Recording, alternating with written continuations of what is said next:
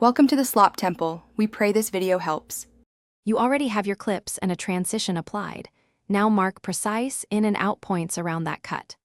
Once done, set playback resolution, full if your GPU handles it, otherwise 1/2 or 1/4 to conserve resources. Make sure Mercury Playback Engine is set to GPU acceleration in project settings.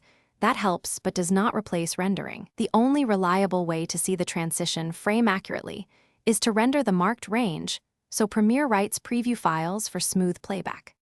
Now render the range. Open Sequence menu and choose Render into Out.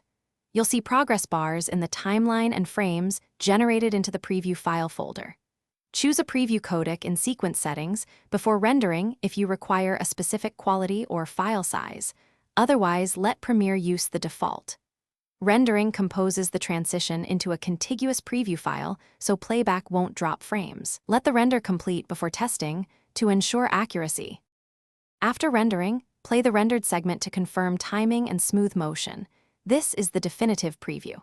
If you change the cut or transition parameters, clear that range's previews and render again to update the preview files. And if playback is still stuttering, make sure to clear Premiere's media cache and lower playback resolution. One simple cache clear often fixes corrupted previews. Remember, render into out is the only way to guarantee frame accurate. Smooth transition, preview in Premiere Pro. Thanks for watching. Consider subscribing if we helped you.